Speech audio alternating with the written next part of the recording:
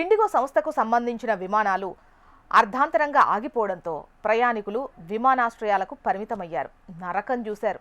వాస్తవానికి విమానాలు ఆగిపోవడం మన దేశ చరిత్రలో ఇదే తొలిసారి. అంటే ఈ ప్రకృతి విపత్తులు చోటు చేసుకున్నప్పుడు, ఇతర సంఘటనలు చోటు చేసుకున్నప్పుడు విమానాలను నిలిపివేస్తారు. కానీ ఎటువంటి కారణాలు లేకుండానే ఇండిగో సంస్థ విమానాలు ఆపివేయడం దేశవ్యాప్తంగా ఇబ్బందికరమైన వాతావరణాన్ని సృష్టించింది.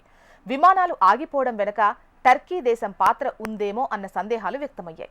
ఇక ఇండిగో సంస్థకు టర్కీస్ ఎయిర్లైన్స్తో విస్తృతమైన కోడ్ షేర్ బాండింగ్ ఉంది. ఇక టర్కీస్ ఎయిర్లైన్స్ను నేరుగా టర్కీ ప్రభుత్వమే నియంత్రిస్తోంది. కొన్ని సంవత్సరాలుగా భారత్ టర్కీ మధ్య అంత గొప్పగా సంబంధాలు లేని విషయం మనందరికీ తెలిసిందే. ఆపరేషన్ సింధూర్ తర్వాత పాకిస్తాన్కు టర్కీ బహిరంగ మద్దతు పలికింది. దీంతో భారతీయ కంపెనీలు టర్కీని బహిష్కరించాయి. అంతేకాదు టర్కీ అధ్యక్షుడు కుమార్తెకు ప్రయోజనం కలిగించేటువంటి ఈ సెలెబీ ఎయిర్పోర్ట్ సర్వీసెస్ కాంట్రాక్ట్ను మనం రద్దు చేశాం. అహ్మదాబాద్లో ఎయిర్ ఇండియా విమానం ప్రమాదానికి గురి కావడానికి ముందు మన దేశంలో టర్కీ దేశానికి చెందిన విమానాలను ఆకస్మికంగా తనిఖీ చేశారు. అహ్మదాబాద్ ప్రమాదం తర్వాత ప్రజలు సహజంగానే ఎయిర్ ఇండియా వైపు దృష్టి సారించారు. ఈ కుట్ర అనేక రకాలుగా మలుపు తిరిగింది. పుతిన్ మన దేశంలో పర్యటిస్తున్నప్పుడే పశ్చిమ దేశాలు సరికొత్త వ్యూహాలు అవలంబించాయి.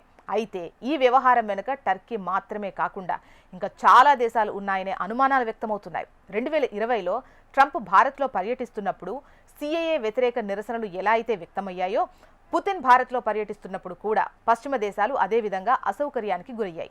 ప్రస్తుతం మన దేశంలో పెళ్లిళ్లు, ఇతర వేడుకలు విస్తృతంగా జరుగుతూ ఉన్నాయి. ఈ మార్కెట్ మొత్తాన్ని స్తంభింపచేయడానికి ఈ విధమైన కుట్రలకు పాల్పడ్డారనే ఆరోపణలున్నాయి. ఈ సంక్షోభానికి ఇండిగో సంస్థలో ఉన్న అంతర్గత బలహీనతలు కూడా ఓ కారణమని తెలుస్తోంది. పౌర విమానయాన శాఖ పైలట్ల విశ్రాంతి సమయాన్ని పెంచింది. ఈ నిబంధనను 2024 జనవరిలో రిలీజ్ చేశారు. అయితే వీటిని ఇండిగో సంస్థ మాత్రం పాటించలేదు. సొంత పైలట్ అకాడమీ ఉన్నప్పటికీ సకాలంలో పైలట్స్ను ఇండిగో సంస్థ నియమించుకోలేదు. ఇండిగో సంస్థలో గంగువాల్ కుటుంబం తమ వాటాలను నిరంతరం విక్రయించుకునే పనిలో ఉంది. అందులో వాటాలను పశ్చిమ దేశాలకు చెందిన బ్యాంకులు కొనుగోలు చేశాయి. అందువల్లే ఇటీవల విమానాలను తెలివిగా నిలిపివేశాయి. ప్రభుత్వం పైలట్ల విశ్రాంతి సమయాన్ని, రాత్రి కాలంలో ఆపరేషన్స్ నియమాలను అత్యంత కఠినతరం చేశాయి. దీంతో రోజుకు 2300 విమానాలను నడిపే ఇండిగో సంస్థ మీద విపరీతమైన ఒత్తిడి పడింది.